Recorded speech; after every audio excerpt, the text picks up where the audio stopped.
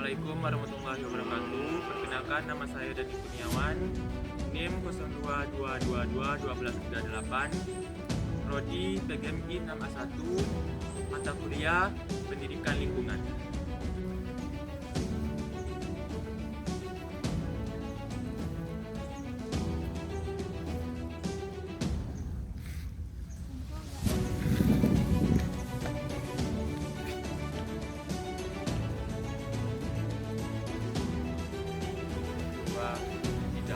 Baiklah, di sini saya berada di Desa Tulpanda akan mewawancarai salah satu penduduk di Desa Tulpanda. Itu ada di sini Kakak Intan Nala.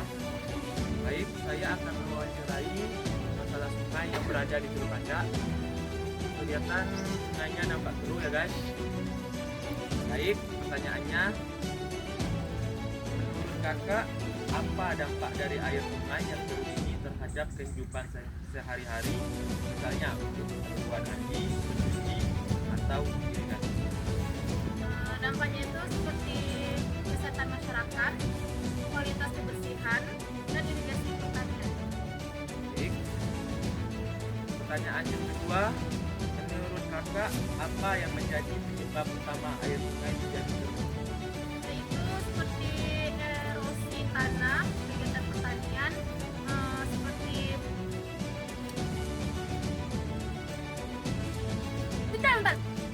seperti dompeng, pembuangan limbah, dan penambangan pasir dan batu. Ini pertanyaan yang terakhir ya kak. Apakah ada saran atau masukan dari kakak untuk perbaikan kualitas air sungai di masa depan? Sudah. Baik, pertanyaan yang terakhir, apakah ada saran atau masukan dari kakak untuk perbaikan kualitas air sungai di masa depan? Ada, yaitu seperti penghijauan dan reboisasi daerah hulu sungai, yaitu edukasi dan kesadaran masyarakat, pengelolaan limbah yang lebih baik, pengawasan dan penegakan hukum, teknologi penjernihan air skala komunitas, pelibatan komunikasi lokal dan sekolah. Baik, ini cukup sekian wawancara yang bisa saya tanyakan pada kakak. Mungkin hanya itu yang bisa kami sampaikan, lebih dan kurang mohon maaf. Kami tutup dengan wabillahi taufiq wal hidayah. Wassalamualaikum warahmatullahi wabarakatuh.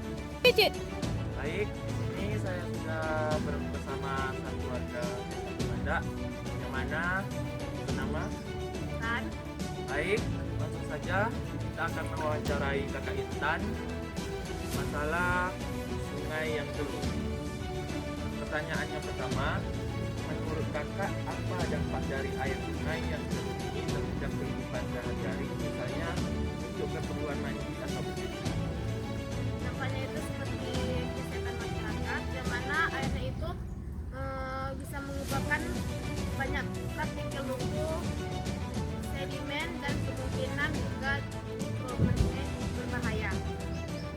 Selanjutnya, kualitas kebersihan itu mencuci pakaian atau peralatan rumah tangga dengan air keruh tidak efektif karena kotoran bisa menempel kembali pada pakaian. Yang ketiga, irigasi pertanian, yaitu lumpur bisa menyumbat seluruh irigasi pipa atau alat penyiram. Yang keempat, kegiatan ekonomi dan sosial. Jika air sungai menjadi satu-satunya sumber air untuk usaha kecil seperti warung makanan, laundry, atau pertanian, maka keruhnya air bisa menghadapi kegiatan usaha tersebut. Lanjut pertanyaan yang kedua ya kak. Menurut kakak apa yang menjadi penyebab utama air sungai menjadi keruh? Yaitu erupsi tanah, dompeng, kegiatan pertanian, pembuangan limbah, dan penambahan pasir dan batu. Jelas ya guys pertanyaannya atau jawaban dari kakak tersebut.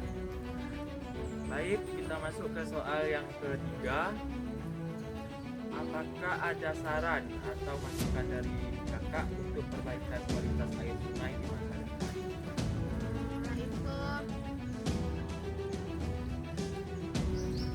Itu Action. Baik, pertanyaan yang ketiga, apakah ada saran atau masukan dari kakak untuk perbaikan kualitas air sungai di tempat ini?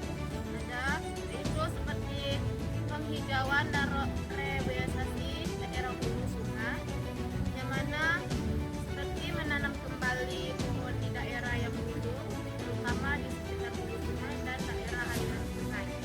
Yang kedua, edukasi dan kesadaran masyarakat, yaitu mengadakan sosialisasi, pelatihan dan kegiatan gotong royong membersihkan sungai secara berskala. Yang ketiga, pengelolaan limbah yang lebih baik, yang mana seperti menyediakan tempat pembuangan sampah yang layak dan higienis. Oke, pertanyaan yang keempat, apa saja penyebab utama pencemaran sungai? Penyebabnya itu seperti limbah rumah tangga, yang kedua limbah industri, yang ketiga limbah pertanian, yang keempat sampah plastik dan padat, yang kelima penebangan hutan dan erosi, dan yang keenam pembangunan dan urbanisasi.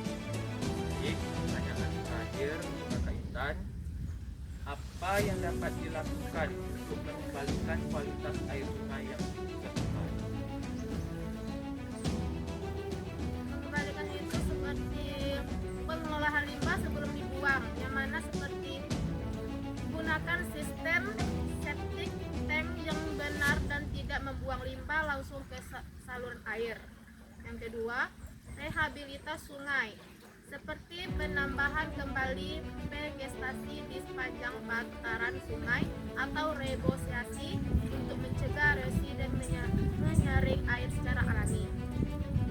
Yang ketiga, pembuangan dan pemeliharaan, seperti pembuatan taman-taman, resapan atau kolam retensi untuk mengurangi aliran limbah sungai ke dalamnya. Baik, mungkin hanya itu yang bisa kami beri pertanyaan kepada Kakak Intan, dan pertanyaannya dan jawabannya cukup jelas. Mungkin hanya itu yang bisa kami sampaikan, dan ditutup dengan wabillahi taufiq wal hidayah. Wassalamualaikum warahmatullahi wabarakatuh.